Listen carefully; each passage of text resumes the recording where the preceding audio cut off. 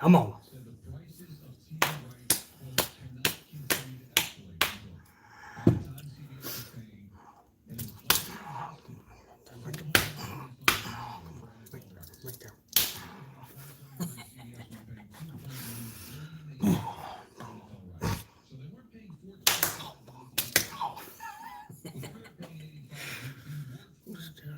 What's that?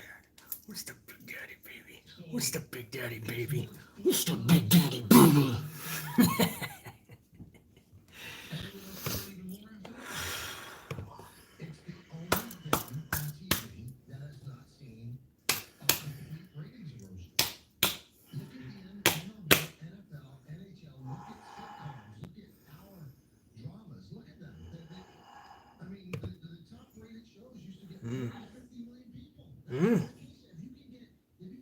Frozen. Put that son of a bitch in the freezer.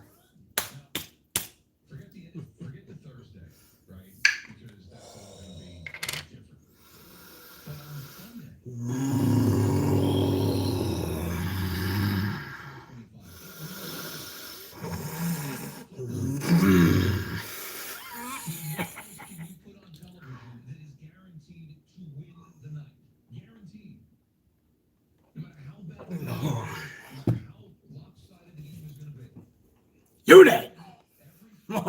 It's rocking! Coffees. Coffees. That's right, Eric R. Herman. Coffees. Coffees. Coffee. That's right, Lucas. And JPW girls got the coffees. Yeah, James Miller, Novaz, Tariq, Elijah. I see coffee. Who's got the coffee? Coffee.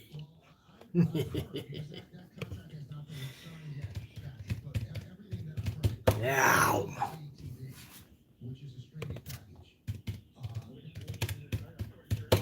Coffee. Who's got the coffee?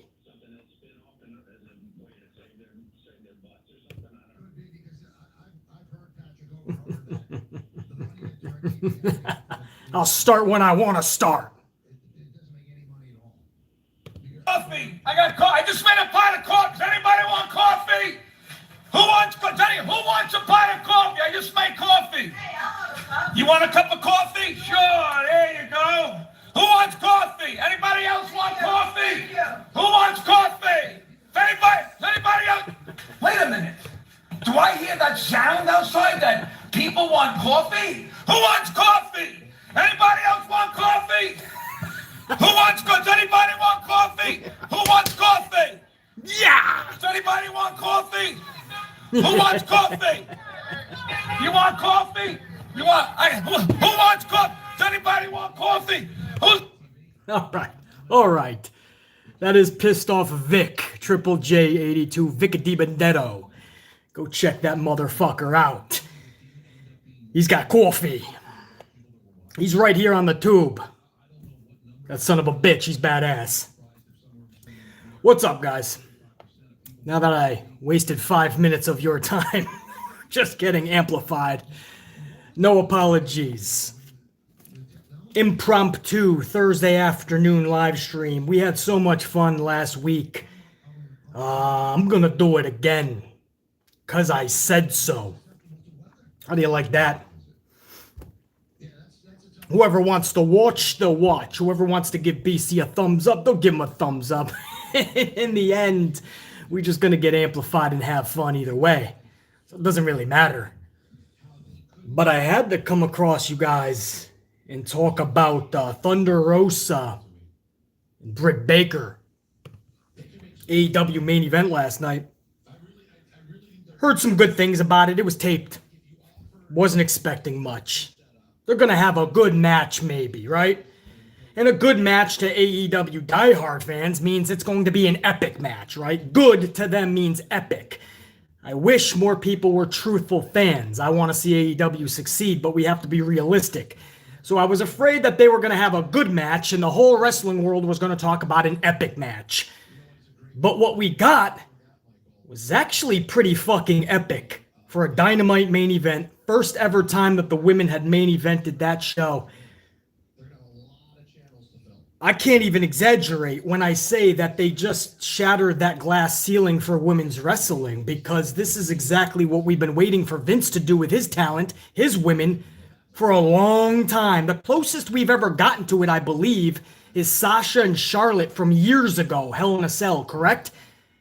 Can anybody in the chat right now remind BC of a match within the last 2 years in WWE on the main roster, not NXT, main roster that was almost, or at least in the realm of Baker and Rosa last night? Anybody? I'm on a delay in the chat, by the way. We're going to go over some news too, by the way. I'm going to quickly go over AEW and a little bit of NXT later on. And I have some supers that I missed from yesterday's chat, or 2 days ago. I have to go over them. So just letting you guys know that I did miss some supers. You guys killed it. You crushed it. I couldn't get to everybody. So I'm going to hit those supers up in this very video. So anybody remember? Sasha and Bailey says Diamante, but they didn't have thumbtacks. They didn't have blood like that. I mean, I don't think Bailey... No. You guys are talking about Bailey, Sasha, Brooklyn. But isn't that NXT? And that was a sheer wrestling match, no doubt. I don't think anybody's going to take that spot for years to come. That was the best women's one-on-one actual wrestling match you're going to see for a while. Sasha Banks and Bailey from Brooklyn. And even their part 2 was good. Part 1 was much better, though, at TakeOver. But I'm talking about on the main roster. Becky vs. Charlotte Evolution. That might be the closest, Elijah. Sasha and Bailey Hell in a Cell was nowhere near it, though, Yeslin. It just wasn't, man. It wasn't as intense. I wish it was. I love Sasha Banks. I think you guys are going to go with Becky and Charlotte, it looks like. Bailey, Sasha, NXT take. No, NJPW, girl. I'm talking about main roster only. Main roster only. Jacob Donnelly said Dana Brooke and Nia Jax. Jacob Donnelly. That's a fucking salute, brother. All right, so obviously Dana Brooke and Nia Jax put on a better match than Thunder and Britt Baker. That's obvious. But aside from that, that was a good one. I think we all agree. WWE has done nothing like what AEW did last night. Nothing. Even Sasha and Charlotte from Hell in a Cell wasn't that intense. Tony Khan let his females go out there and do what Vince McMahon doesn't like his females to do. Go out there and equal the men. You can sport the crimson mask. Go ahead. Sure, you want to put your fucking opponent head first to a fucking table to end the match? Do it. You want thumbtacks? We can't do that. The network. Oh, you know what? Fuck it. I'll talk to the network. And guys, I haven't had that feeling in a long time. I mean, it brought me back, obviously much different, but it brought me back to Mankind, Undertaker, King of the Ring, 1998. But for the females, at a time where we desperately need it in 2021, because everything is so goofy. You got giants getting slimed on primetime television. Giants getting slimed. Even AEW, they got Snoopy Dogg jumping off the top rope, and they got Shaquille O'Neal in a tag team match. Everything is goofy. Everything is PC. Everything is silly. Everything is stupid. This was so needed, man. This was really... who said that? Iron Riaz brought up the letters ECW. You know, we know that you can't recreate ECW, but what we saw last night, man, fuck, that's what wrestling has to be based on. Not always thumbtacks, not always driving your opponent headfirst to a table, not always sporting a crimson mask, because then it will get tired out. But let's be honest, and if we are being honest, what we saw last night with those females, Britt Baker and Thunder Rosa, was actually better than the exploding death match between Mox and Omega at the last pay-per-view. And you know I'm correct. It's the truth, man. It's the truth. I couldn't be more proud of these ladies. I'm going to break it down a little bit later on when I actually go over AEW last night. and we're going to talk about, we're not going to do a full review on it, and I have reasons why. I'll explain again later, but we're going to talk about this match and what it did for women's wrestling, because it just altered it. It just raised the bar, and you know I'm right. Nothing you see going forward now, main roster in WWE nowhere, you're going to compare it to that now. Just like we did for years after Mankind and Undertaker when they would have a Hell in a Cell, and we're like, how the fuck are you going to beat that one?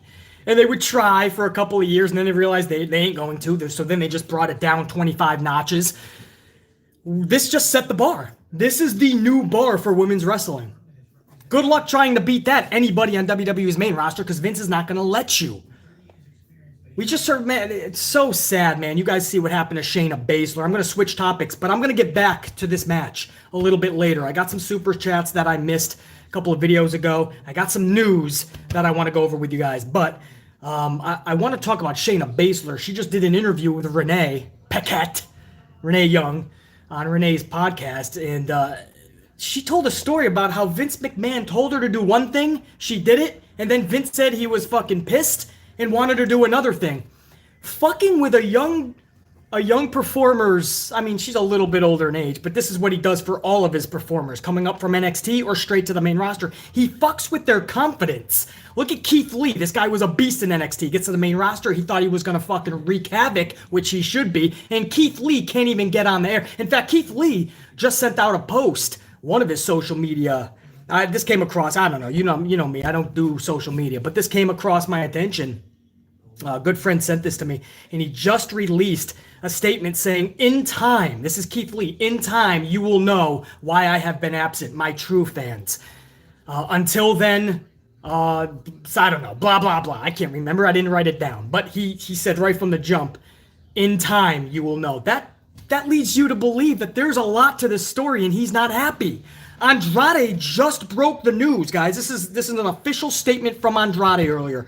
Andrade has finally broke his silence and says the following: the rumors are true. I don't know what the future holds, but I want to make my dreams come true.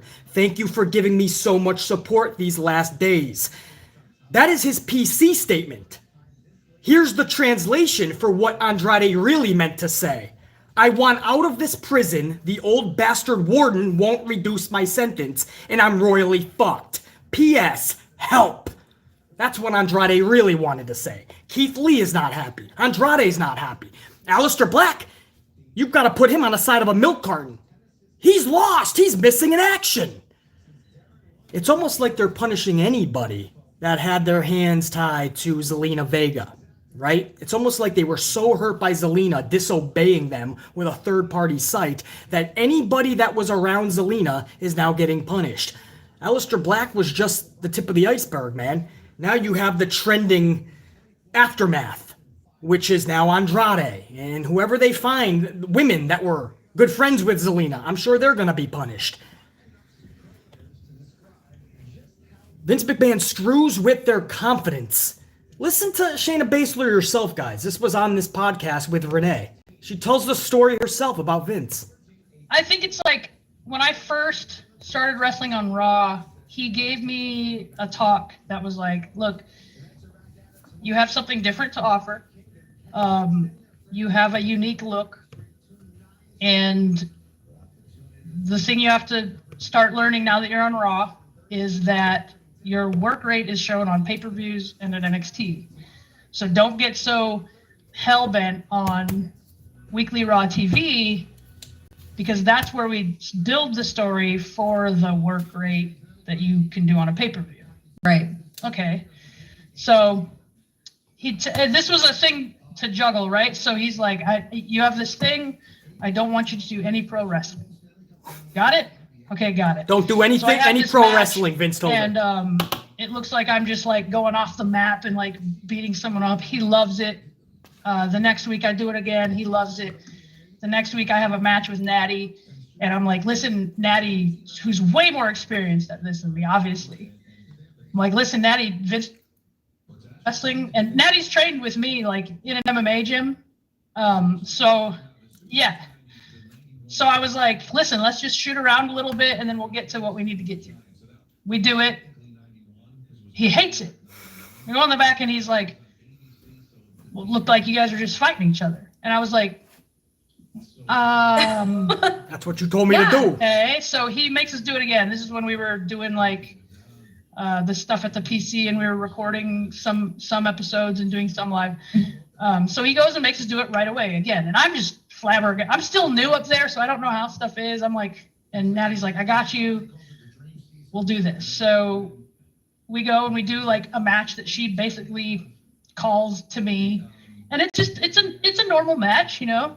We go in the back and he loves it. And I'm so confused at this point. I'm like, man, we did like headlock, takeover, drop down, leapfrog. I don't understand. And she goes on, guys. That's a story for another day. But the gist of it, hopefully you heard most of that. She was brand new, and Vince watched her one or two times and said, we don't want you to wrestle. Save what you got for pay-per-views. The irony is, even at a pay-per-view, he only gives them 4 or 5 minutes. So he's gonna fuck you over either way. So she changes it up, and she goes to more fighting style, which, hey, that suits her better anyway, right? So she does that with Natty. She gets back to the curtain, and Vince says he hates it. Has them do it again. They add some wrestling into it. They go back to the curtain. Vince says, that's better. But he told her not to wrestle. Right there, her confidence was shaken. A minute later, she tells a story about how she went outside of Vince's office, waited till he was free, went in there, and basically said, please don't give up on me. I will make you money. I will be good for this company. She shouldn't have to be begging this dude for shit. She is a destroyer in NXT and in pro wrestling for a reason. You just got to be thanking her that she wanted to be on the main roster. Instead, you have this girl who's brand new to the main roster. Her confidence is shaking thanks to you, and now you have her begging to give her more chances. It is fucking pathetic what this dude does. He's like a bully. McMahon is like a giant fucking bully to anybody who's brand new. He wants you to be in fear. He wants you to shake. He wants your confidence shook, and he wants you to know that you will not be bigger than his company. I don't know what Warrior did to this dude so bad, but Warrior, Hogan, CM Punk, they scarred this guy, and he does not want to make another star unless he knows he can have them in his pocket like a Roman. That's the fucking truth. That is the most honest review you are going to get out of Vince McMahon, because I don't hate Vince McMahon like a lot of people claim to in this community. I don't, but I have to be fair in my assessment. Everything that I am hearing about McMahon from the actual employees, the independent contractors, oh man, most of it's not good.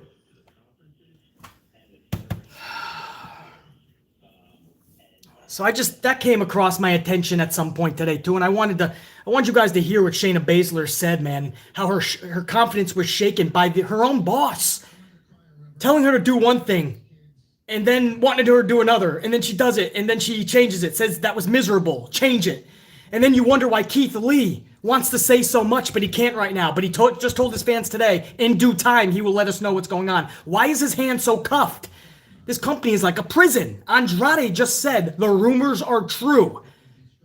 He wants out. Alistair can't even get a word in edgewise. McMahon did something to Aleister Black. Somebody find this dude for us. Zelina Vega got Das Boot just because she wanted to talk about the third party thing. She wasn't even just being defiant and just keeping it up. She wanted to talk about it, and Vince just said, get the fuck out. It's not a good person to work for. Anyway, that's another story for another fucking day. Thank you to the close to 100 of you guys smashing that like, man. I know this is impromptu, middle of the fucking afternoon on a Thursday, but you guys fucking rock. And I want to talk Thunder Rosa and Britt Baker in a few minutes. I know I touched up on it, but there's so much more to talk about with Thunder Rosa and Britt Baker.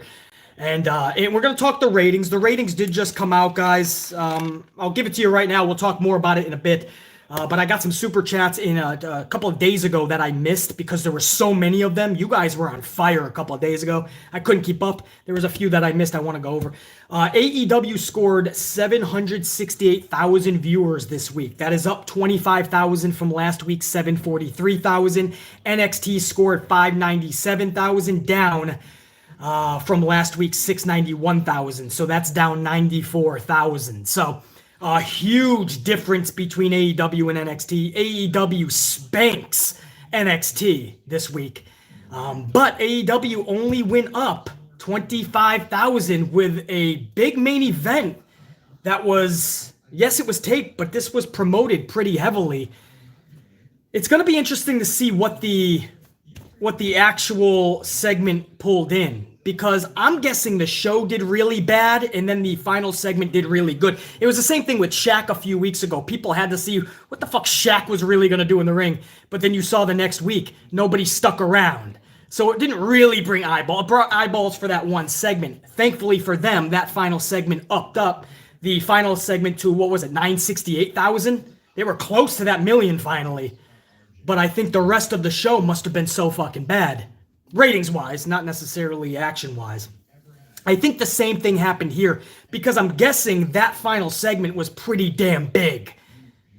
So that means the rest of it must not have pulled in very high numbers. And by the way, anybody that says ratings don't matter, why do we talk about ratings? I can't stand that type of person. I can't. You don't know what you're talking about, and I really wish you would get off the internet and start teaching yourself. Learn, open books, listen to more people like me, but maybe stay off the keyboard. I don't know. Ratings mean everything. For instance, here's just an example, one of many. NXT is possibly moving nights to Tuesday next month. This is a real thing that is occurring. We don't know the specifics of it yet, but there is a huge possibility NXT is moving nights. And do you know why? It's because they cannot pull in the rating that is beating AEW. For instance, if they were to, USA Network, NBC, Universal, was to get NHL, and NXT was spanking NHL was pulling in 1-2-1-3, and NXT's pulling in 1-6-1-7. Better than Raw, even. Guess what? USA Network is not going to pull NXT. They're killing it on Wednesday nights. It's being moved because they just cannot find that rhythm with AEW. And they know that if they can get an NHL, then that could easily spank NXT. The ratings mean everything. So for somebody like BC who's been following them, I'm not shocked that NXT might be moving nights. But there's some schmuck out there that says ratings don't even matter. They mean everything. They are the reason why a show is on a certain night at a certain time, and why a certain show is being booted or promoted or getting an extra hour. There's a reason USA Network wanted a third hour of Monday Night Raw. Even at 151617, USA Network knows it'll pull in a better rating than Law & Order SVU, which would pull in maybe 1-1 tops. I'm telling you right now, ratings mean everything. If they didn't, you wouldn't have Tony Khan giving himself a pat on the back every single time they pull in a decent number. And talking about demos. But yet there's people out there that's like, well, they don't mean anything. They just don't mean anything. No, your opinion literally doesn't mean anything. We're following facts. Ratings mean everything. I hate to say it, people get really fucking pissy about that, man. They start to cry. They go on social media. Ratings don't matter. Capital letters. They are really upset, man. They're upset that you are talking about ratings. They're upset that I'm talking. They say, just watch the show, man. You're ruining pro wrestling. Well, I'm making a live stream right now, and the centerpiece is about how a fucking amazing fucking main event was put on last night. And we're going to talk more about it. I talk all the time about how some of these shows, most of them are consistently good. I enjoy them. Why can we not talk about ratings afterwards?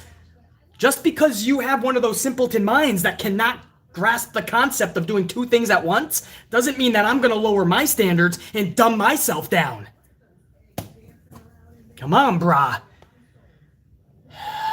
That's right, Tony. Ratings equal money. Ain't that the goal? No question. The performers, the companies, the networks know that ratings mean everything. But then there's always some little fucking simpleton on the internet that's going, ratings don't matter. Why do people follow the ratings? Fucking stupid. Just be a fan. Because we want to know why a show is being put off, why an extra hour is being put on, why something is happening, why somebody's in the main event, why are they doing this, why are they doing that? Because they follow trends. Trends are everything. Wake up. Man, that's when somebody's got to take the keyboard away from you. Got some fucking supers barreling up in here, man. I got supers from the last one too, man, that I got to get to. Might have ran into the same fucking problem here where I might have missed the first few supers. If I miss any supers, guys, I'll get to you. I want to talk more about Britt Baker and Thunder Rosa in a little bit because that was fucking... I haven't even began to talk about it. Mr. Charles Grin with a 5-spot up in your coffee. Thank you, brother. Good to see you up in here. Shared the Raw live stream from Tuesday on my Facebook page to show awareness to others about Vince McMahon and his BS decisions with WWE. Appreciate it, Mr. Charles Grin. Unfortunately for Vince, it just gets worse and worse, man. You hear stories like I just played with Shayna Baszler, and it's fucking pathetic. Thank you, Mr. Charles Grin, for that coffee, man. Good to see you up in here again. Ray Hunt's in here with a 5-spot. What up, Ray Hunt? Just a quick update for you, BC. The delivery was a success. Mom and baby are doing just fine. See you soon, my brother. Hey, Ray Hunt. Good shit, man. That's awesome. Wish you nothing but the best in the new fam, man. Keep kicking ass, and especially with the youngest AMP unit member, Ray Hunt. Congrats, dude. Thank you for the coffee. All the best. Take a week off at least, man. Even from the Amplified, man. Less stress. No intensity. Relax. Thank you, brother. J Football Alive's up in here with that 199. What a performance, ladies. Shameful rating for NXT. Yeah, man. 597. We're going to go over that some more in a little bit. Wow. NXT, brah. They better move nights because they're getting spanked, brother. J Football Alive, thank you. Carlos Ray with a coffee 5. What up, Carlos? These girls were amazing. You ain't kidding, Carlos, dude. I was not... Listen, this was a 17-minute match. Listen, I can't, man. I'm going to get into it. I want to talk about them in a little bit. I don't want to get into it now. But I'm going to talk more Thunder Rosa and Britt Baker. I'm so fucking proud of them. They shattered the glass ceiling for a women's division in all of pro wrestling here in the States, at least. At least here in the States, man. Carlos, thanks, dude. Kevin Heffenor, 199. Kevin, thank you, brother. Britt's face, greater than Becky's nose. Yeah, but I actually saw a meme or some shit. It was with Becky's picture. That was her defining moment, her breakout Stone Cold WrestleMania 13 moment. And then I saw Britt's pictures, man, and I was like, whoa, Britt Baker took it to the next level. You know, poor Becky this morning is like, fuck. She's thinking, I gotta put this kid down for a minute. I gotta get back. Somebody call Rhonda. We gotta get back in there. Oh, man. That's great. Kevin Heffenor, thanks, brother.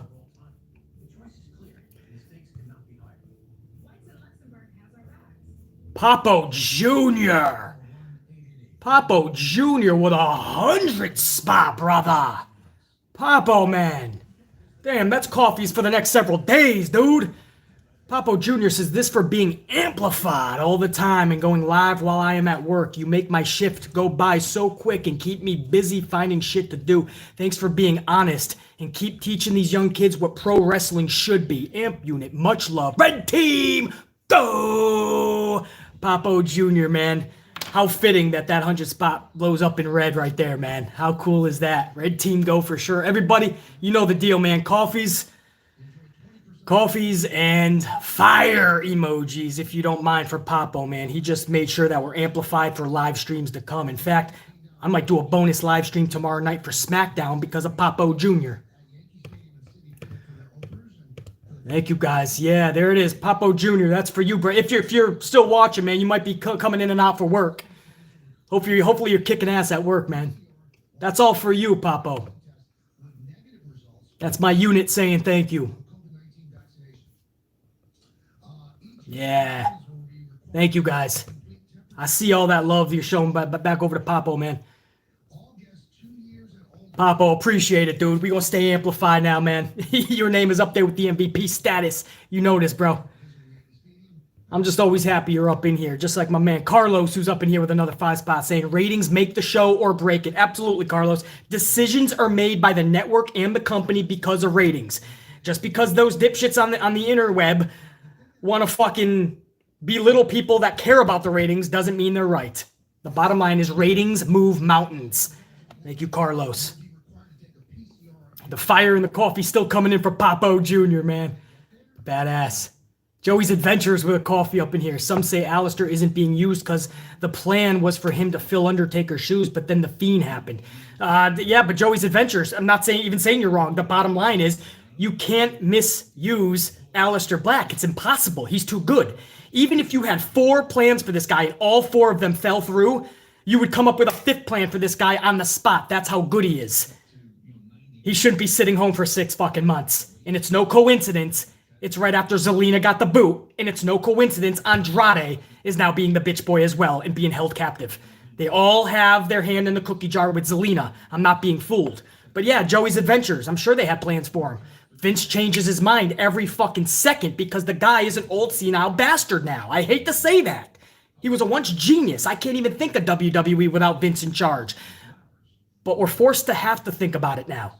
Because this dude is making just drastically horrible decisions. Joey's Adventures, thanks, dude. JR9 Gaming up in here with a 5 spot. JR9 says, BC, check out Devlin vs. 7 when you get the chance from this week's NXT UK. It was an excellent match that reminded me why I love wrestling. Yeah, that's what Britt Baker and Thunder Rosa did for me last night. And if I get the time, JR9 Gaming, I'll definitely sport that. Thank you, brother. Good to see you up in here. Jacob Donnelly with a coffee 5 spot. Jacob says, was a little disappointed in the rating, but Britt vs. Thunder Rosa is a match of the year candidate for me. Jacob Donnelly, period. I don't know, and I'm talking every brand here in the States anyway. I don't know of a match that is beating that right now. There just isn't. Royal Rumble, I loved Owens versus Reigns at Royal Rumble. There's another good match at Rumble too. I forgot which one, fuck. I don't know, man. I don't know. I got a lot to go over. Maybe I'll think about it. The point is, Jacob Donnelly, you're right, man. That's match of the year thus far. I know it's still early, just March. But women-wise, Jacob Donnelly, I ask you and anybody, who the fuck is beating these in the women's divisions? WWE main roster, we know they got the talent, Sasha and so many others. Bianca Belair now, and fucking Asuka, Shayna, if Vince would just let the shackles off. They got the talent, but Vince won't let them have matches like Tony Khan let his superstars have last night, and that's the problem. So yeah, Jacob Donnelly, I totally agree. Thank you for the coffee, bro. Mr. Michael Law 2011's up in here. Been a minute since I saw you up in the chat, Mr. Michael Law. What up?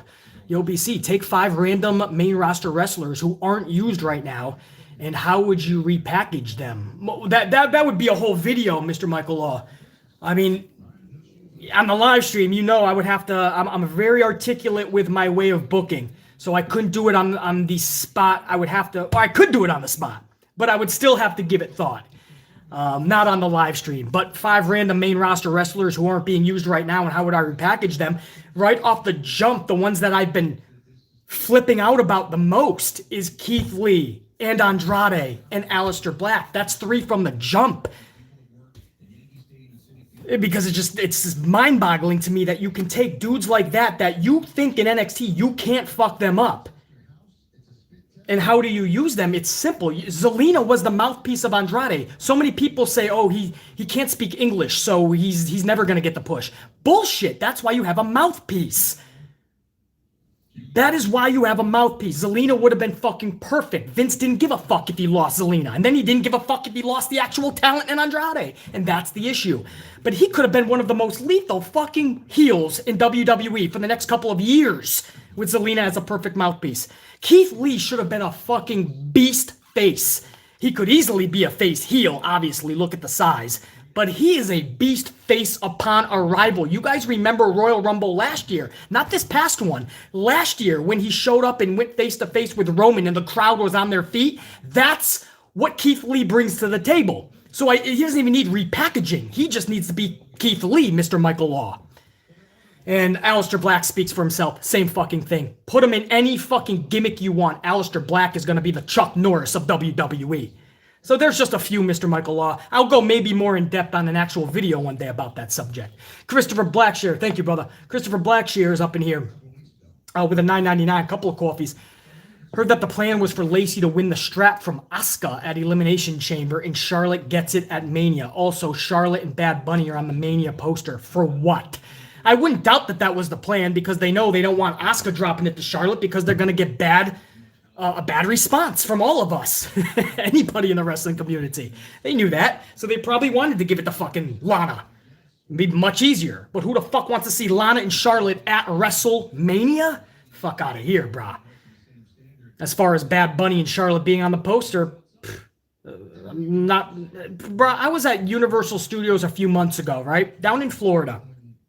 And you literally come out, there's this big like billboard, but it's part of the Universal entrance, and it says, "Must be Mondays," and it has a huge picture of Charlotte Flair promoting Raw.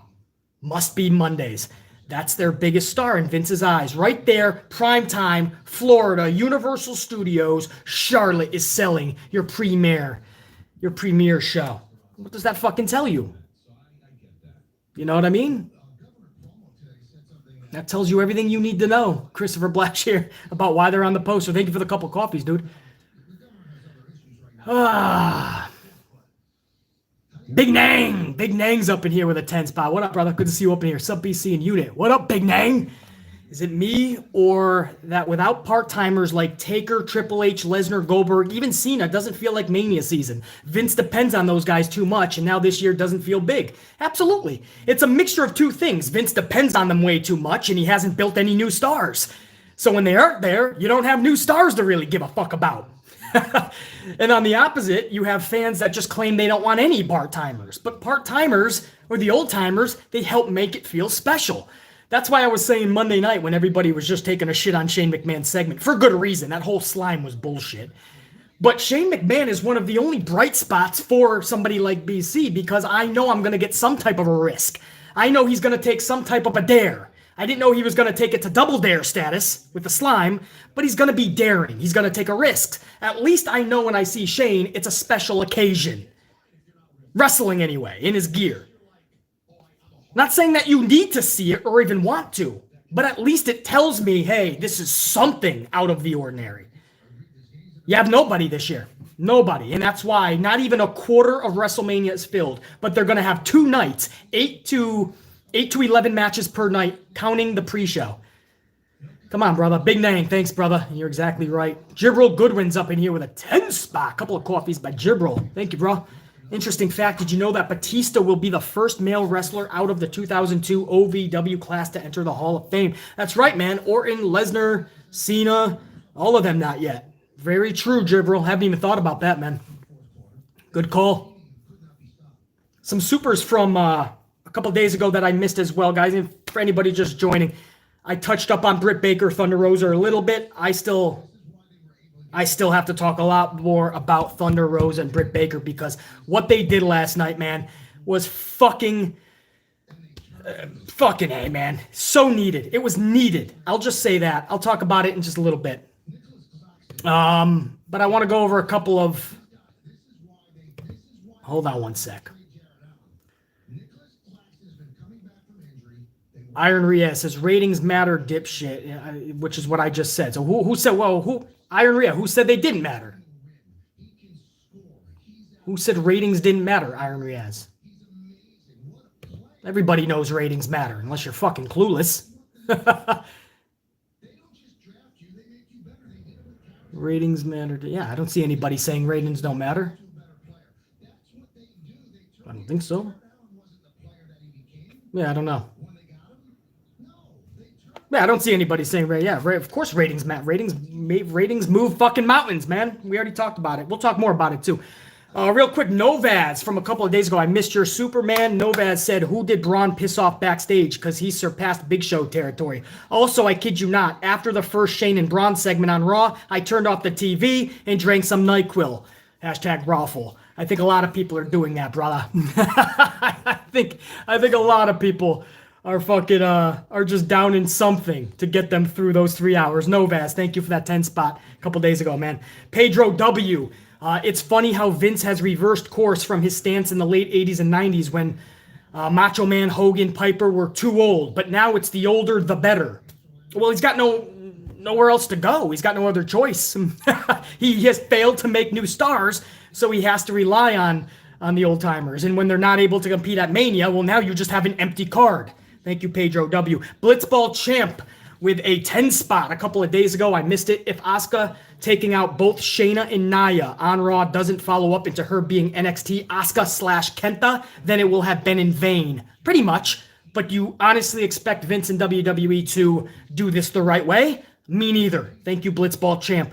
Kevin with a 2 spot a couple of days ago. Braun never recovered from Fiend destroying him. Correct. Fiend can recover from Vince's bad booking because he's such a badass character. Braun has been yin-yanged.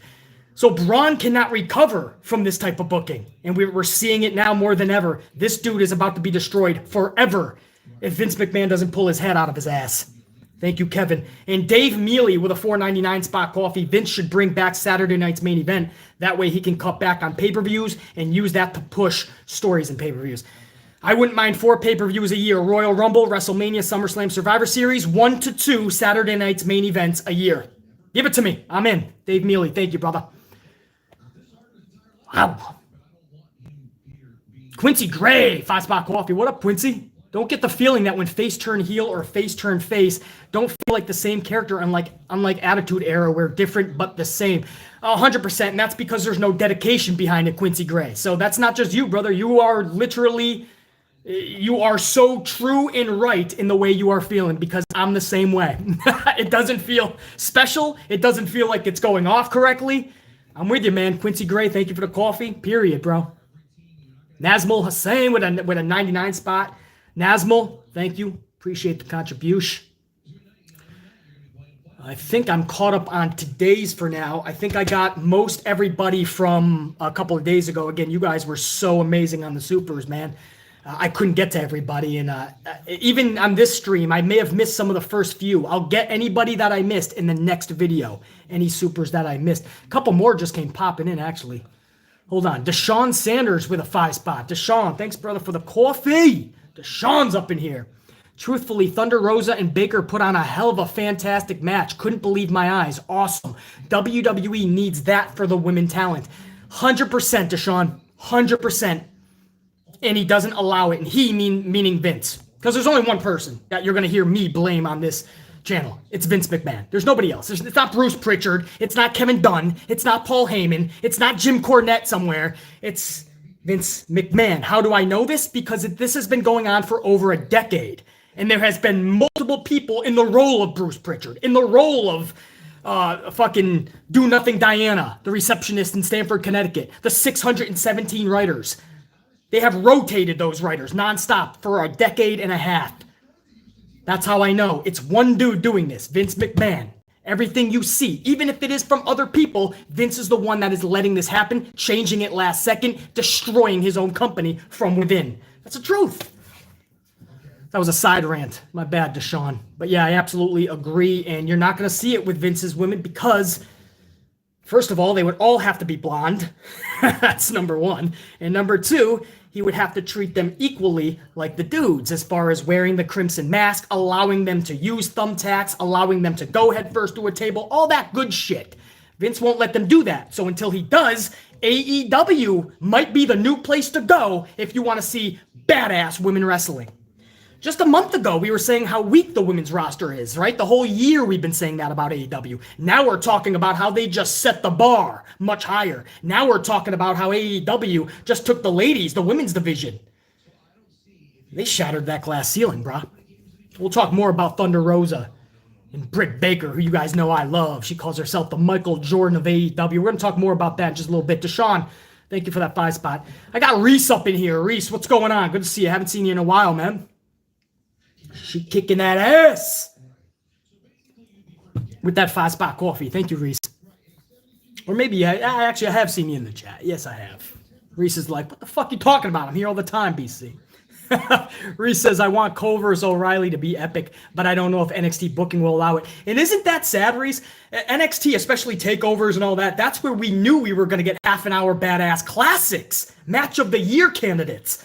And now we're saying, uh-oh, we hope we don't get WWE booking for this. That's sad, man. And that's part of the reason NXT can't even crack 600,000 viewers this week. We'll talk more about that in a little bit. Thank you, Reese.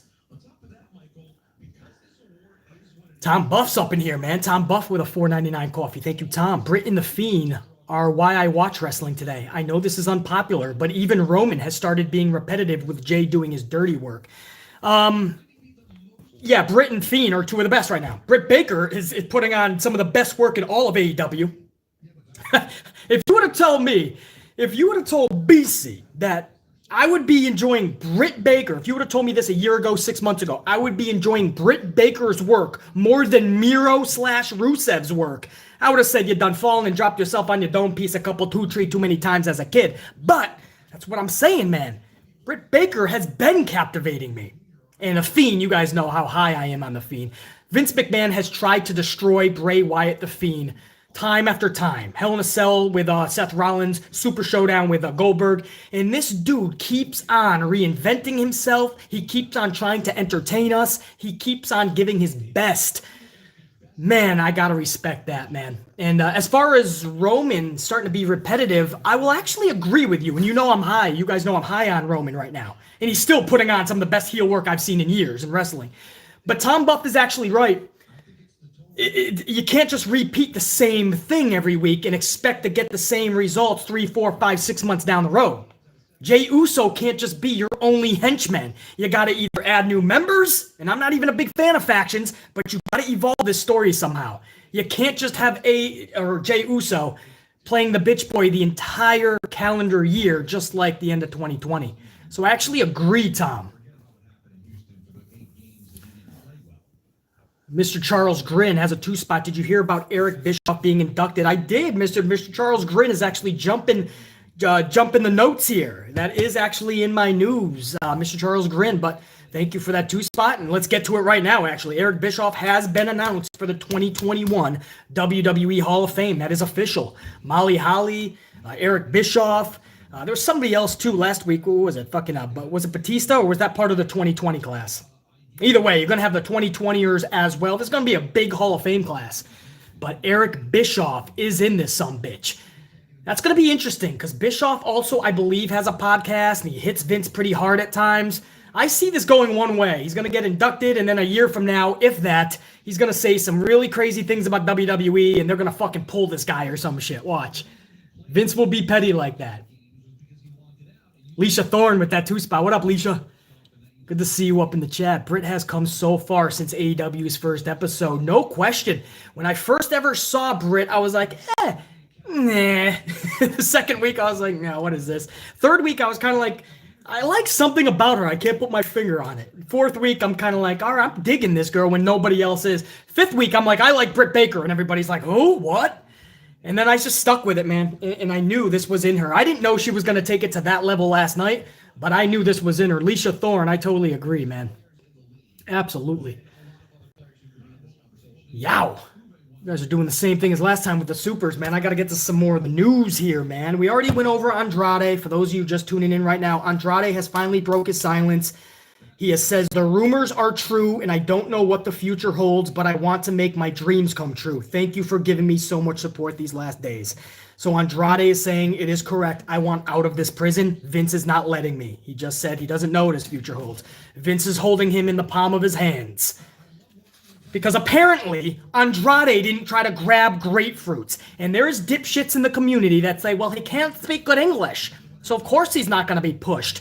Please. They once had a dude named Yokozuna. They made his character like Japanese, like a sumo wrestler. And they put him with a bunch of managers. Mr. Fuji, Jim Cornette. There was even a third dude for a little while. This dude only said one thing. Banzai! And he was a main eventer. He was fucking one of the best I fucking remember for all of time. Okay? Come on, bro. You can have mouthpiece. Brock Lesnar is not known for speaking. Brock Lesnar is one of the most dominating WWE superstars of all time. The guy gets on a microphone and you kind of want him to shut up half the time. Give it back to Paul Heyman, please. You don't need to necessarily do such. Zelina Vega was the perfect mouthpiece. Just let Andrade be the muscle. Same thing with Lana and Rusev. How do you fuck that up? Let Lana be. Lana shouldn't be wrestling Sasha Banks right now. Lana needs to train for years if she's going to match Sasha or Bianca even. Or even Charlotte. Shayna. Please, Lana can't even do the baseball slide with Naomi. You know, the sliding down the... I mean, come on, bro. And that's not shade. Because I'm telling you, Lana was one of the best managers in recent years with Rusev. But she shouldn't be wrestling some of the top talent right now. At least train her. If you're serious about Lana wrestling, train her for the next year straight. Let her try to become as best as she can be. Don't just throw her to the wolves. And while you're at it, let Nia go back and train with her so we don't have a 14th wrestler injured. But Lana as a manager was beautiful with Rusev. You can't fuck that up, we thought. Oh, not only is Lana fucking out, they separate them, then Rusev wants out of the company. He's miserable. Where have we heard that before? Everybody. He put that on social media. He was miserable. Just like Brody Lee, Luke Harper. He was trying to get the fuck out and voicing out his displeasure on social media. There was people so upset, they were just voicing out on social. And now we're seeing it still with Keith Lee, Aleister Black, Andrade. But some dipshit is saying he can't speak good English. He's never going to get pushed. No, he had the perfect situation with the perfect mouthpiece. And he has immaculate talent that can captivate you for over a half an hour in a wrestling match. But he hasn't grabbed a brass ring because he won't suck on one of Vince's grapefruits. Get the fuck out of here, brah. I ain't buying that shit that he sold to Stone Cold on that podcast a couple of years ago. I'm not buying it.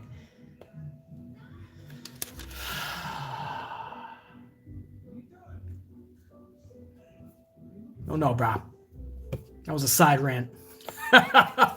I'm feeling it today, man. These new Starbucks one, man, they're called Cold and Crafted. I don't fucking know. They hit me in a special way, and we just get amped, even on these impromptus. I truly, guys, wanted to come a little bit more laxed with you on this impromptu. Nah, we getting amped. So Andrade finally breaks his silence, and that's what he says. Eric Bischoff is announced for the Hall of Fame. And again, with Andrade, I truly believe this is some type of huge punishment if you had any ties to Zelina. It's kind of weird that they just booted Zelina that quickly, and then they kicked out Aleister, and then they're holding Andrade captive. It's everybody that was close to Zelina. Very odd, man. Very odd. WWE pre-sale hit Ticketmaster at 10 a.m. this morning. It was the pre-sale. The regular tickets go on sale tomorrow at 10 a.m. Eastern Time. I did my best investigative work for you guys to see how the process was. So I actually logged in and everything for Ticketmaster as if I was buying tickets. And wow, man, I was in a queue where I was 1,796th in line. I didn't think they even did that. I thought I can just go shopping for them if I wanted them, right? No, I was in a fucking waiting line on Ticketmaster. They said I was 1,796th in line. It took 27 minutes to finally make it to number one, and I got in and to get to see how the pods were working. And there's a lot of space, man. They're only going to sell out 25,000 tickets from what we're hearing. It does look like they're going to be able to sell them out, though. They have pods of 3. Like, I'll give you like the front row. Ringside is like 3, 2, 3, seats in between, 2 to 3 seats in between each, and then 4. And then in the back, it's only like a pod of 1 person, and then 2, and then 1, and then 3, and it's literally zigzag, man. I mean, it is crazy. I don't know how this is going to come across on camera. I don't know if they're going to try to do like the Super Bowl and put like cardboard cutouts in between. I don't know, man. Maybe giant fucking Capri Suns for Braun Strowman so he doesn't throw a fucking temper tantrum, right? Just put giant Capri Suns in between the blank spots. I don't know. Interesting, man. I was pretty shocked by what I was witnessing, man. And they were getting eaten up. Guys, I mean, the blue, if you see blue on it, that means the seats are open. They were being gobbled up like Pac-Man. So anybody that thinks they ain't going to sell out 25,000 2 days, I would think again. I think they're going to. They were getting eaten up. I'm sure Vince is loving it because the prices were no joke. Guys, I saw tickets. This is a true story. I saw tickets for over $5,000. I think $6,000 even. I think I saw $6,000 and they were getting gobbled. The whole front several rows gone. I think the cheapest I saw in the front sections was like $500, $600, $700, something like that. So, yeah, man, they're selling pretty damn good in the pre-sale. I expect them to be sold out by this weekend. We'll see if that comes out. I mean, 25,000, you think it's not that hard, but you got to figure a lot of countries are not able to come to the U.S., I believe. I haven't been keeping that much track of every other country, but I don't think a lot of countries can travel to the U.S. And even so, I don't know if a lot of U.S. people still want to travel. And WWE is giving out waivers. You have to sign a waiver that if anything happens to you, WWE is not responsible. So this is probably another thing that's going to be like, all right, but what the fuck? I got to sign my fucking life away? Hold on. So I don't know. It's not that easy to sell 25,000 tickets right now, man. So we'll see. That's the latest news on the tickets, guys. The pre-sale, and they were getting gobbled up. And tomorrow at 10 a.m. is the regular sale if you guys want to check it out for yourself. Yeah, JR9 Gaming says UK can't even travel. So the UK is your big, I mean, that's your vocal WrestleMania crowd. Those are the most fun. Those people, the UK, man, is the most fun at WrestleMania. X-nay them right out. They're done. They're gone. So now you're just, I mean, you have the, you got anybody here in the States that are willing to travel, I guess. Shane McMahon and Braun Strowman have been pulled from Fastlane into a brick wall. That's what I call this pay-per-view, Fastlane into a brick wall. I know it's a long title, but Shane McMahon and Braun have been pulled. So I doubt they're going to scrap it.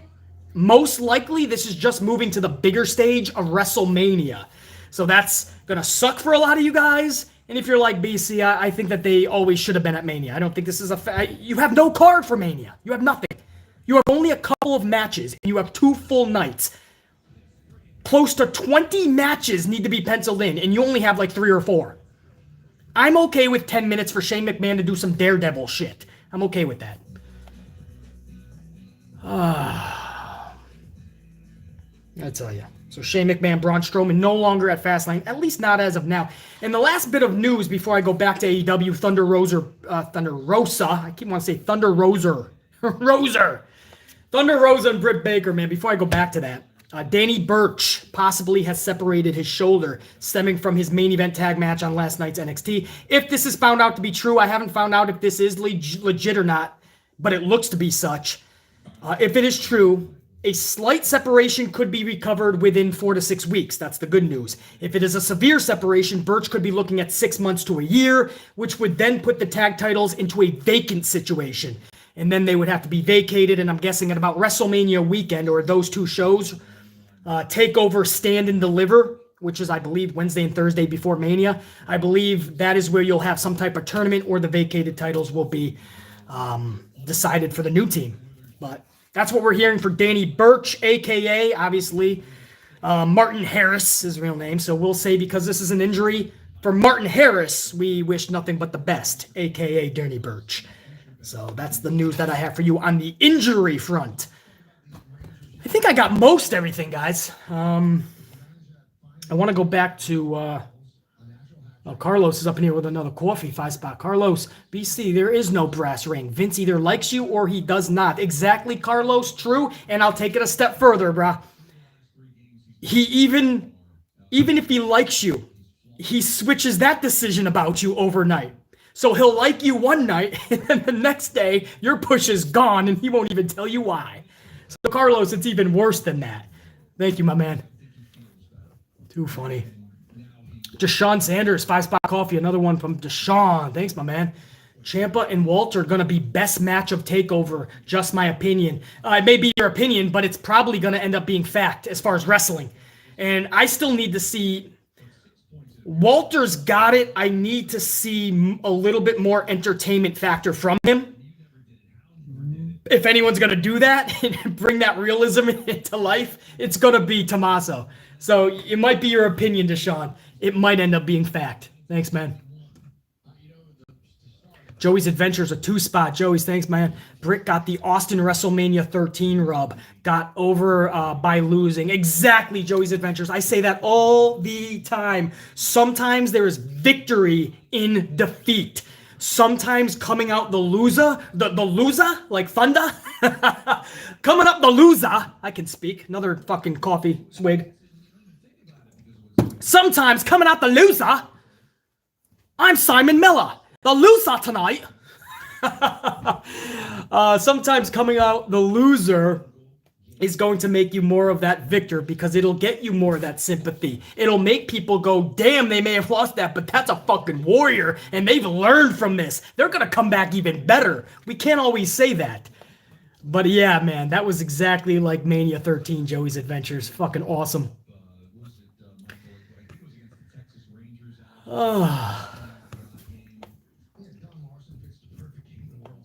A loser?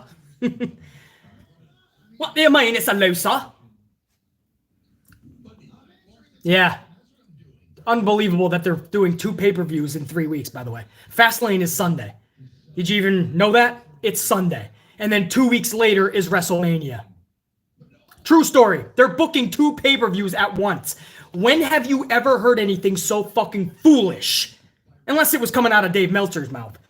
Which, by the way, did you guys see, man, there was a post AEW posted this with Britt Baker and Thunder after the match. They did some post video and they just followed them and they got standing ovations and everything, and it was good. And Britt Baker was getting the tax taken out of her, and I kid you not, she goes, I think Meltzer's gonna like it, right? I think hopefully he'll like it. Meltzer, she's worried about, she's getting thumbtacks taken out of her back, and she's wondering what Meltzer is going to give the fucking match. And then afterwards she says, yeah, I think Mox is gonna like it, maybe Omega. Meltzer went before them, this fucking chump who could not get into WWE's payroll for 30 fucking years, maybe 4 decades. In fact, it is 4 decades. Could not get on WWE's payroll, so now he sucks the cock of AEW. Britt, you don't gotta worry about this fucking dude who's gonna literally cradle AEW no matter what. You're gonna get a high rating because you earned it. This dude, if he gives you a 2, a 3, a 4, or 5, or he makes up a fucking 10-star match, what difference does it make? It's fucking stuttering Meltsy boy. Fuck that dude. You ain't gotta worry. If this is what AEW is doing, that was really telling to BC, man. I heard that audibly. She was getting the tax out and she goes, I think Meltzer's gonna like it or some shit. If that's what AEW talent is doing, holding on the fucking dick of Dave Meltzer, this company's gonna be in trouble and never hit a fucking million until NXT does take off to another night.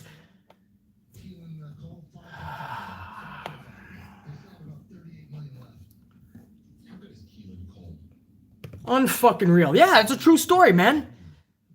A lot of you guys probably didn't even know that, it looks like. That's a true...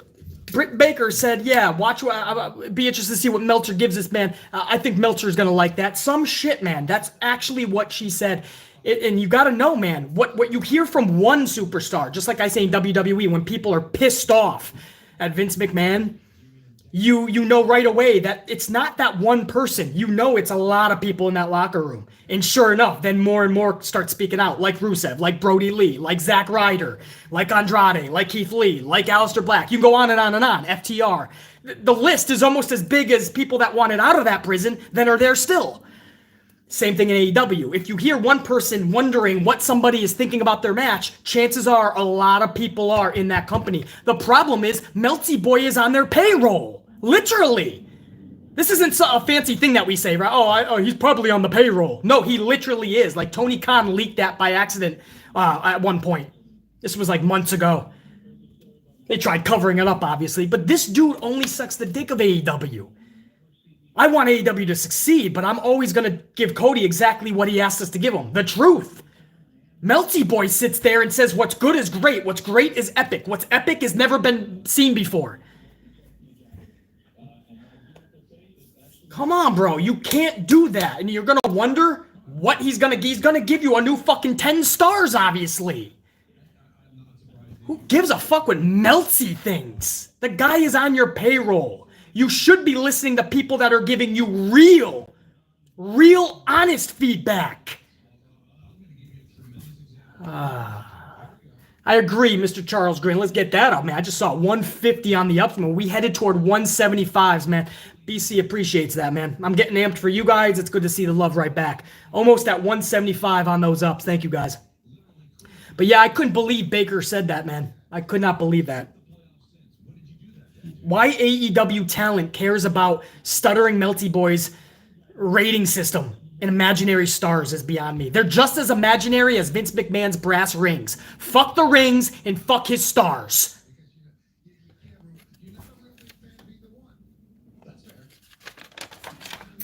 Now I want to go back to Thunder Rosa in this Britt Baker match from last night. I absolutely loved, and I do mean, hold on.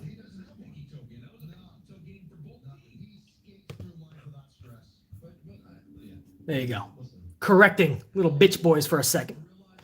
Little thing I like to do. Make them cry.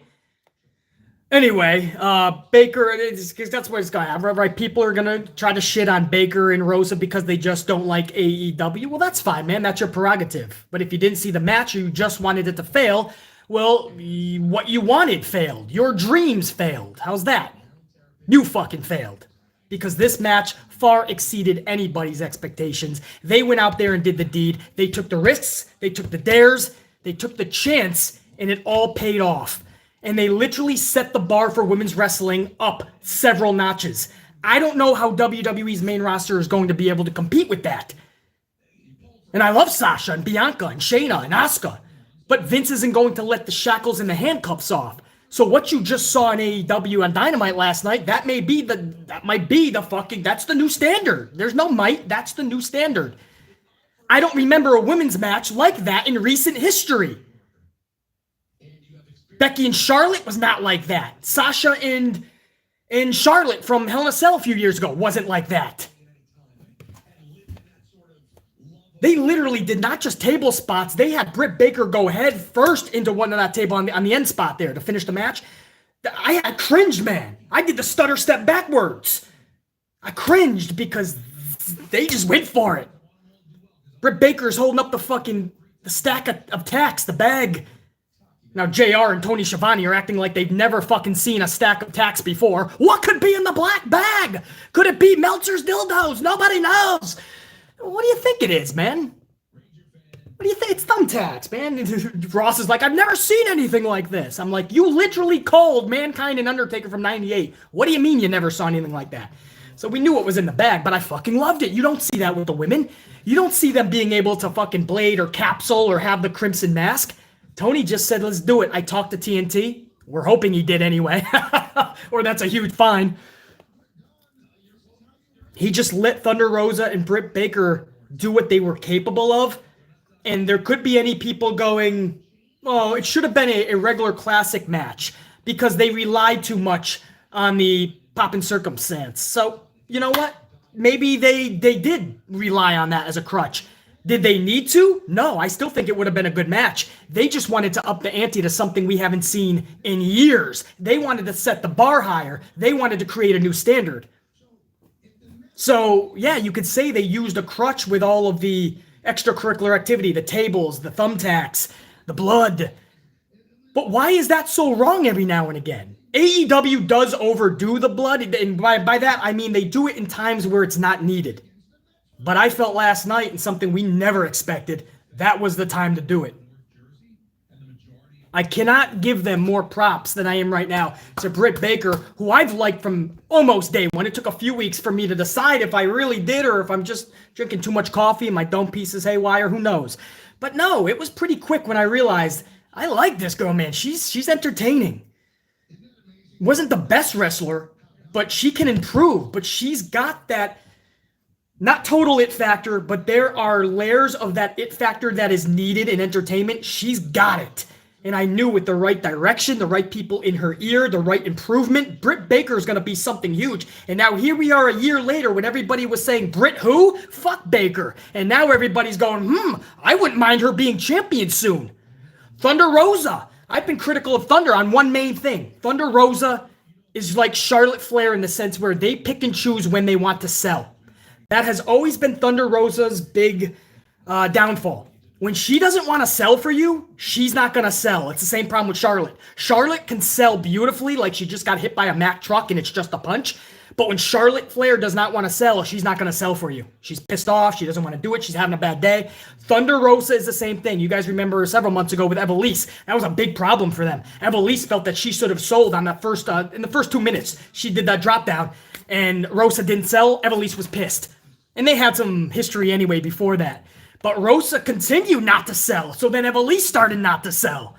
And I've noticed that in a lot of Rosa's matches. When she doesn't want to sell, she ain't going to. Last night, that was not an issue. She was selling like she just got hit by the Mack truck. It could have been a clothesline, a drop kick, a fucking punch. And Britt Baker, man, going into those thumbtacks, I thought they were going to do a grazing scenario. There's the pile, there's a little bit of the outskirts of the thumbtacks, and Britt's going to hit the outskirts. No, the power bomb was right in the fucking middle. When I say they went and did the deed, I mean they went and did the fucking deed. Nobody needs Meltzy Boy to say they got fucking match of the year candidate so far. Nobody needs that. Because it was. It was a 17, maybe and a half minute match. 17 for sure. The first 7 minutes, kind of slow, kind of what I expected. But I kind of had this realization, they're going to do some big shit, I think. Because I was hearing some rumblings because it was taped anyway. I didn't want to find out the whole rumor mill, but I was hearing some rumblings, man. And I was like, they're going to pull out some stops. Is it going to be enough to get the wrestling world talking? I had my reservations.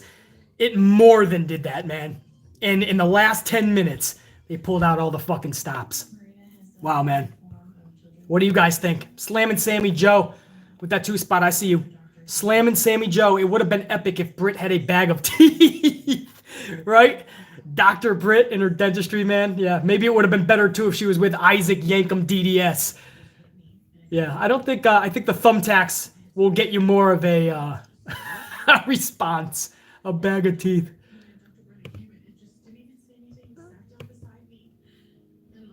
Maximus Sage with a 5-spot. What up, Maximus? Meltzer says The Fiend is the worst gimmick and ignores Retribution. And how about, yeah, remember that list he made? The Fiend is the worst gimmick. What about Retribution, you motherfucker? How are you going to say The Fiend, who's the only entertaining part of Raw? He's less than What about Shorty G? Shorty G wasn't a worse gimmick than The Fiend? Get the fuck out of here, Meltzy boy. Shorty G was a real character. Nope, it's The Fiend. Shorty G makes perfect sense. Carlos Ray with a coffee 5-spot. Carlos, BC, I can't even believe that Baker cares what Meltzer thinks. She's above that, meathead. Yeah. And you know it's not just Britt then, man. A lot of that roster must care what is being said about them, and they can't. They can watch reviews like BC, but take it for... It's not coming down on them. If I'm speaking negatively, it's literally to help. Meltzer gives a review, and he only says, what, he's been doing this for 4 decades, and that's why he has the best say in the community. No, you don't, because you have clearly shown and proven that you're not only on their payroll, but you suck their dick at every direction you turn. That's why. If you're going to listen to somebody who's not being honest, then are you really going to improve at all? Why is it even meaningful? That may sound like direct shade to Meltzer. That is truthful. I have no beef with Meltzer. I wouldn't give a fuck if he did think I have a fucking beef. BC wouldn't give one fucking rat's ass. My fucking delt is the size of his fucking dome piece. One of my arms is the size of both of Meltzer's legs put together. Big boy BC don't give a fuck. I'm the badass train. I don't give a fuck if you think I got beef or not. But I'm here to tell you it's not. It's straight up fact that Meltzer's opinion is absolutely ludicrous. It's nonsensical. It's meaningless. So Carlos, that was a long-winded answer, but it pisses me off when I see talent hang on the balls of Dave Meltzer. That's not cool. It's not needed. Thank you, Carlos. Alicia Thorne, 5-spot coffee. Every Jax match is an extreme survival match for her opponent, so WWE has a lot of dangerous women's matches. Exactly right. If I'm on that roster and I say I got to wrestle Nia Jax, fuck, man. Put myself through a fucking brick wall. Thank you, Alicia Thorne. Fucking A, man.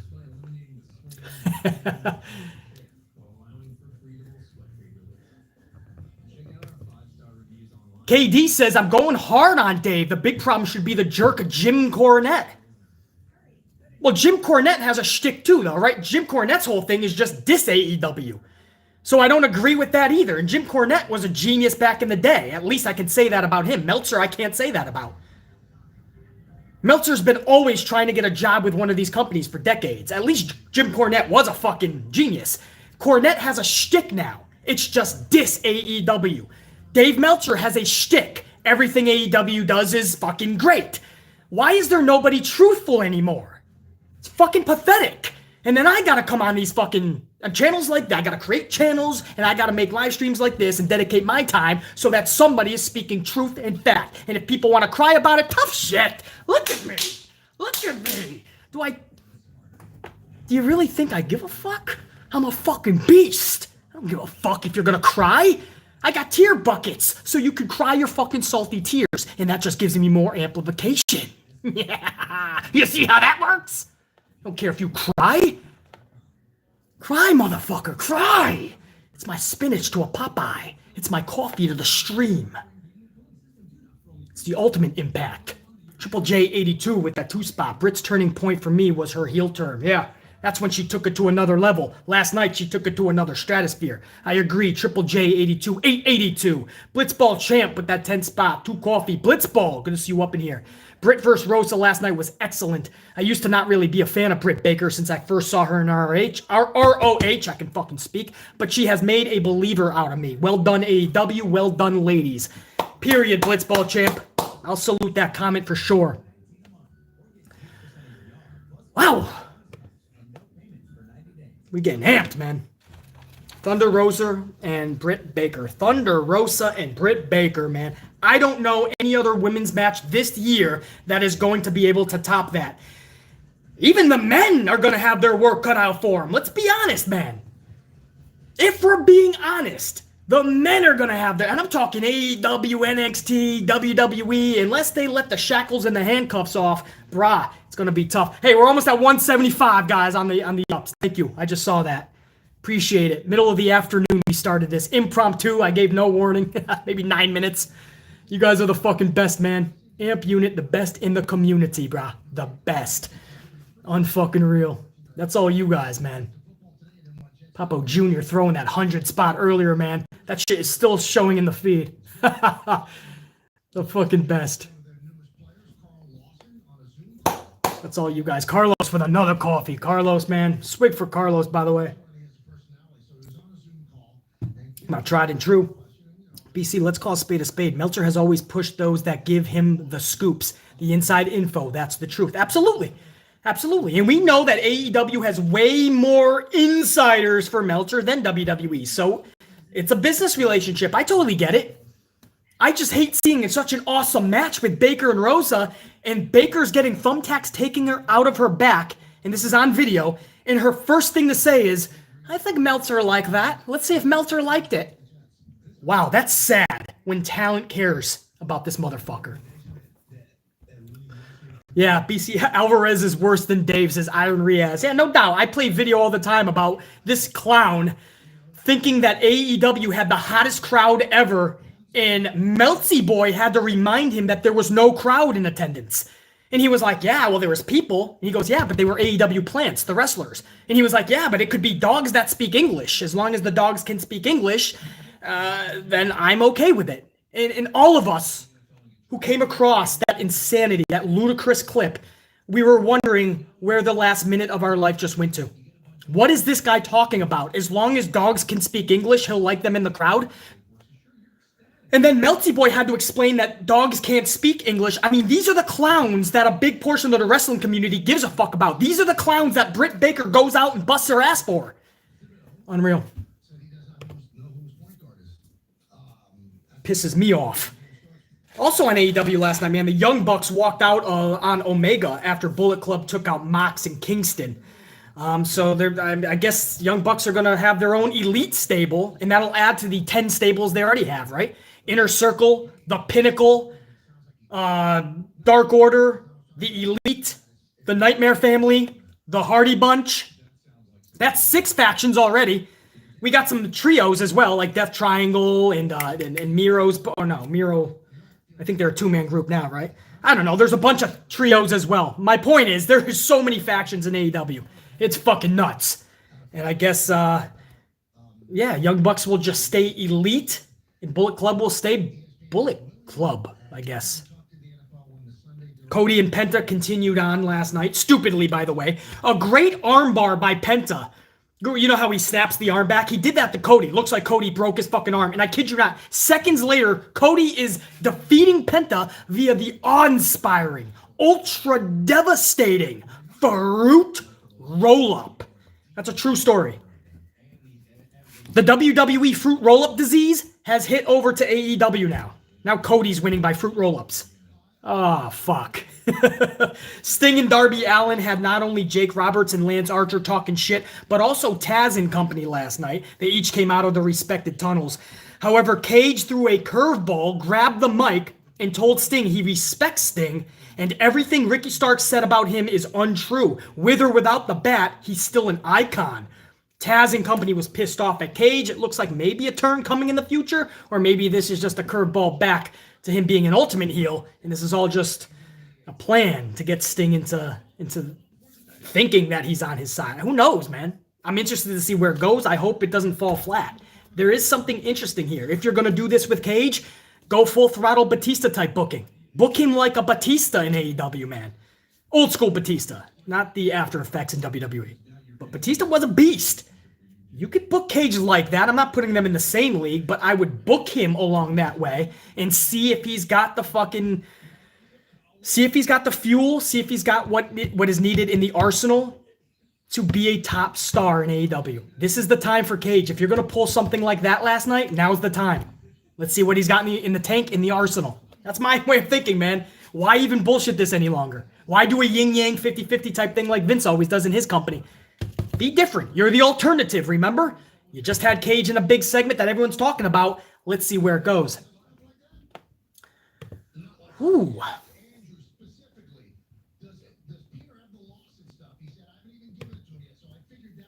What else happened, man? That was basically it, right? For AEW, and then the main event, obviously. So the main event was the talk of the town. I honestly think that's why they got the 768,000.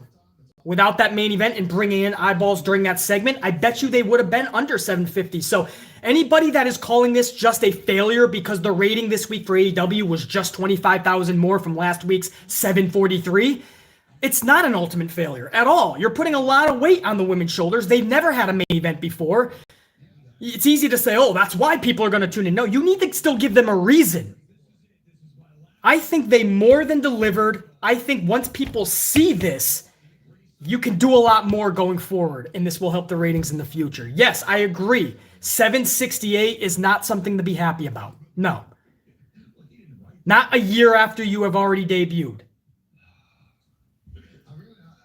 I don't know. It was taped. It was taped. You know, trust me, I'm not going to be like the clowns I aforementioned. I'm not going to give excuses. But I am saying, man, that if you're going to look at the rating and say, see, women's wrestling failed, then you're not considering all of the aspects. What they did last night, I'm sure I speak for a lot of us when I would say I would watch that over any men's match that I've seen in recent memory. Give me that last night. What do you guys think about Rosa and Britt Baker? I didn't even ask. SoundCloud with that 10. What up, SoundCloud? Good to see you up in here, man. Haven't seen you in a couple lives. BC and Amp Unit, thanks for being awesome. Right back to you, SoundCloud. TJG the Don. Thank you, my man. Good to see you up in the chat, dude. Thank you for the contribution, but you know you don't even need to do that, man. You've more than got enough coffees for the Amp, man. What'd you guys think of Rosa and Baker? Badass match, JR9 Gaming. I'm on a delay. I can't really see fucking much. Did anybody even see it? I know the rating was only 768,000. A lot of you guys probably watching BC didn't even see it. Well, you guys are telling me, man. Sounds badass to me, Mr. Charles Grin. So, Mr. Charles Grin, so you didn't see it? Great, says Carlos. Reese loved it. Fucking loved it. Pimp Jesus. Great match. Santivia Major. Loved it. Fury 9000. Renee just didn't see it. You and a lot of people, man. They only pulled 768, but once people see, I'm going to be interested to see what they do on their YouTube numbers. We'll see then. We'll find out tomorrow when we let a full 24 cycle go through. Sorry, didn't see it. A lot of you guys are telling me you didn't even see it. Yeah. Damn. See, that's AEW's problem. They're consistently good. They have to be great because people need to tune in, not just want to tune in. You got to give people a reason that they need to. Like the show goes off the air and they have to see it. I'm going to be honest with you guys. I did not catch the first, hour and a half live because something else captivated me. Definitely not NXT. It's an MTV show called The Challenge. I've been watching it for over a decade, 2 decades. And it's called The Challenge on MTV. And that captivates me more. I knew that it was going to be 2 OGs.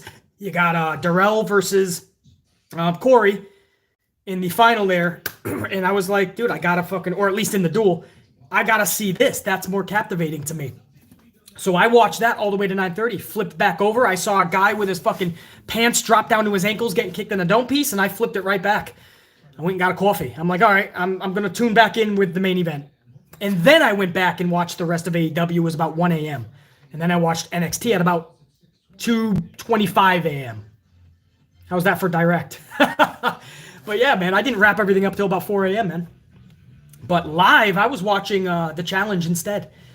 And I caught the main event when it was happening, when it was airing. So my point is, even for Beast, they're not captivating people. They're not telling people that they need to tune in.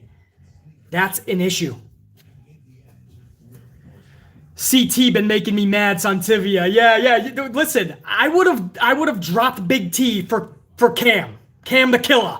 All right, Cam's the power player. But the way CT did it, man, Big T's like, what the fuck, you asshole. And what the irony that Corey takes Killer Cam and CT is back with Big T. Santivia, I don't fucking know. This shows bananas, but that's why we keep tuning in, man. Network guy Dave is up in here, man. Good to see you back, Network guy Dave. 5-Spot Coffee. AEW needs to pull back on the factions. Remember when WCW had Saturday night? We need something like that to push the mid-carders and low-card wrestlers. I used to love that. Network guy Dave. 6:05. I'll never forget it. 6:05. Not 6, not 7, not 6:30. It was a weird time. It was 6:05. It's like when I start these live streams. I have some OCD, so I can never be on the dot. I can't be on the hour. Usually I try not to be. Sometimes I am, but I have to be. But I try not to be. They had a thing where it was 6:05, man. I'll never forget it. WCW Saturday night. Yep. I remember Network guy Dave. That would be instrumental to helping elevate AEW for sure. So I do agree. Network guy Dave with a 5-Spot also says, what's up, BC? AEW and WWE need to go back to the basics. Most of this stuff is boring and redundant. Both promotions have good talent, but the booking, man, 100%. That's what I was just talking about, Network guy Dave, about needing to tune in. It's not about one. Well, of course we're going to tune in. We tune in out of habit and hope every Monday night. Habit because it's what we've done for forever, and hoping that it's going to be better than last week, last month, last year, last 10 years. Habit and hope is what we tune in out of most wrestling shows. They have to start making us need to tune in. Cliffhangers at the end that make us go, oh, I can't wait to see what happens next week. That's what I miss about the Attitude Era. Completely agree. Network guy Dave. Big Nang on a 10-spot, couple of coffees. Big Nang, sup BC. Have you drink or considering trying the Asian ginseng coffee peaks? They be selling at Asian market stores. Just wondering. Keep on keeping on. Kick ass. Then now forever unit. No, I haven't. I'm going to check it out though. Asian ginseng coffee. I'll check it out, man. I don't need anything that's going to literally like jumpstart the heart to the point where I'm literally going to be in the ring performing. You know, I just need to be reviewing this shit. Some of these drinks, man, they get me fucking ultra amped. I'm ready to start calling out Cody Rhodes for the fucking, you know, Young Bucks, fucking Omega for the strap. I'm ready to start calling motherfuckers out. But no, I haven't seen it yet, Big Nang. And around the New York City area, man, there is a lot of Asian markets, man. A lot of like Chinese supermarkets, even Japan supermarkets, Korean supermarkets are huge.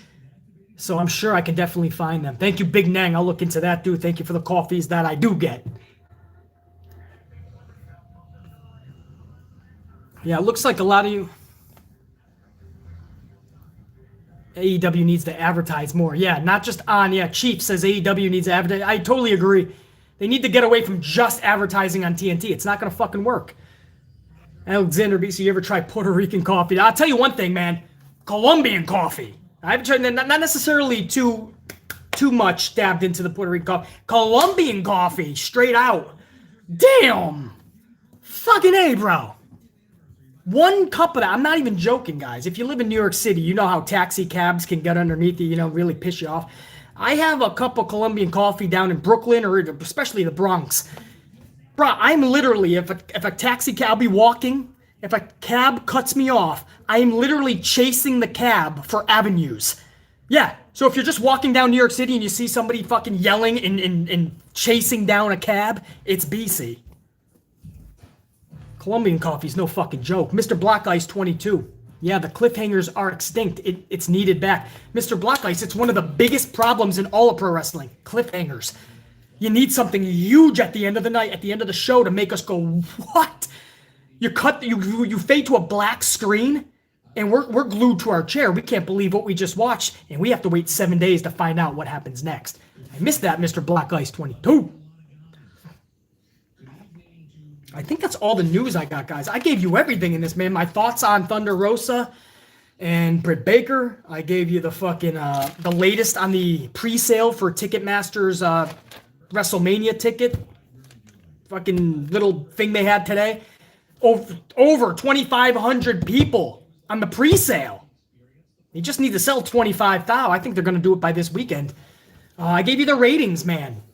AEW up only 25,000. NXT took a massive hit, down 94,000. NXT is fucked. They have to switch nights, or they have to stop toddling and teetering into WWE style of booking.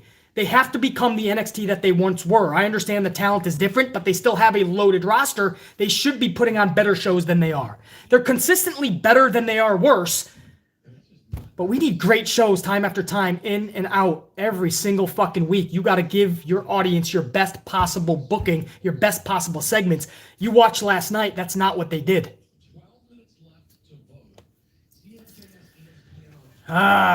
We also talked about Andrade, man, and what he said. We talked about Keith Lee and what he said, man. They're pissed off in WWE. Danny Burch possibly with a separated shoulder. Tag titles for NXT might be vacant. Shane McMahon and Braun Strowman is out of Fastlane. Might be put on WrestleMania now. Fuck, man. Eric Bischoff is now in the Hall of Fame. Hey. Much love to all you guys. Thank you for tuning in the middle of a fucking Thursday afternoon. Hundreds of you guys live. Thousands will tune in afterwards. We almost got 200 already on the thumbs up. Thank you for showing the love right back to BC. What an hour and a half it's been, man. There's no better way I would have wanted to spend my free time. My free hour and a half post-gym. And now we got to go do a cardio in the fucking rain. That's right. It's raining, pouring out. But we're going to do a fucking cardio session because it's on the agenda. But the 90 minutes that I did have, man, there's no better place I'd rather be spending it than talking with you guys. Carlos, man, thank you. I see that coffee, dude. Great show, BC. Really solid. Next pick for the Hall of Fame, BC. Amplified. Red team, go! I don't know if I would accept. Right now, Carlos. I don't want to see Vince McMahon right now. Unlike Melty Boy, I'm not trying to get a job. Thank you, Carlos. Means a lot. Glad you caught this, dude. Mr. Black Ice 22, another 2-spot. Got the email about the network Peacock transfer. Yeah, I did too, man. They're going to kind of prorate. If you already have the network into April, they're going to prorate it. So if you have the network, you look out for an email, guys. You'll be seeing it. Thank you, Mr. Black Ice 22. And if I missed any supers, just like I did with the supers that I missed 2 days ago, I got to you guys in this video. Go back and check it if you're just tuning in. I gave shout outs to all the supers that I missed last time. If I missed any this time, I'll get you in the next vid. I'm on a delay and it moves really fast, and you guys did hundreds more in the super today. I can't even fathom. But we are the #1 in the pro wrestling community. There is nothing like the AMP unit. Thank you guys. The AMP fam is rocking strong. We'll check you guys later, man. Great show as always. Glad I caught the live, bro. Joseph Ramos. Joseph, I'm glad you caught it too. Thank you for the kind words, man. Joseph, check you. Joel, slime you later. Joel, we'll check you. I like that. Beast Morgan, check you. Mr. Charles Grin, we'll check you. Thank you for the coffees, dude. Jer9 Gaming. Eat, sleep, stay amplified. Repeat. Check you later. You know it, Jer9 Gaming. Nate with a $4.99 coffee says, did you peacock? I did not peacock yet. I'm still on the regular network. I think I have a few more days left, maybe a couple weeks. But Nate, eventually we're all going to have to peacock, unfortunately. Nate, thank you, dude. Who else up in here? Lucas Allen, check you later. Carlos, you know it, man. Salud. SoundCloud, TJG, The Dawn, we'll check you. Nate, we'll check you. Slammin' Sammy Joe. Reese, thank you for the coffee. We'll check you. Iron Rias, we'll check you. Juliana, we'll check you. Mr. Black Ice 22. Network Guy Dave. Glad you caught the stream. I'm glad you caught it too. Network Guy Dave. DeMonte, we'll check you later. Greg Smith III, check you later. Eddie, we'll check you, man. Eddie's got the coffee, the fucking bicep rocking the fire. Who's got Brandon McCrae's up in here? Brandon, thank you. We'll check you. Chief, Rowdy Woods, Antoine Freeman, Pimp Jesus. Guys, I'll be here forever trying to get everybody. Philip Stevenson. Damn, how are there this many people still in here? Still a couple hundred of you guys. I'm just saying bye. We'll check you later. Oh, man. Rachel Rocca. Rachel, check you later. Renee, we'll check you. All right, guys, and everybody else as well. Where's Blueprint Nation up in here? Where's Jennifer Pierce? Where's SOS? We got some tried and trues. Where's Vicky Hess? No? We got some tried and trues not up in here, man. I know, I didn't give any heads up. I literally just gave like a 9-minute countdown and then we just went live. Still a few hundred of you guys were able to catch me, and thousands will later because I'll have this video. Hey, I just saw we just hit 200 live on the ups. Thank you guys, man. It cannot get more impromptu than this. And you guys showing the love is just fucking awesome. Jared9 says, we stay till you shut off the stream. That's awesome, man. Perhaps I should do that. Much love, guys. There's Blueprint. We'll check you. All right, guys. Thank you. Any supers that I did miss, I'll catch you in the next one. You know it. Hey, actually, James Miller just came in with a late coffee 5 spot. James Miller, I didn't miss it, man. I saw that come in. James Miller, salut. And again, as I end this stream, congrats to Britt Baker and Thunder Rosa. What they did last night for women's wrestling and wrestling as a whole was much needed at a time where we were craving some good entertainment like that. 2 warriors going to war and taking those risks, because we all know WWE is not taking those risks. Vince McMahon is not allowing his wrestlers to do that. It's good to see Tony Khan at least allow his wrestlers to do that. All right, guys, check you. That's it. I'm going to down the rest. We got to do some running. And by the way, I don't advise running or downing coffees and then going on a multi-mile run. Do as I say, not as I do. Check you later.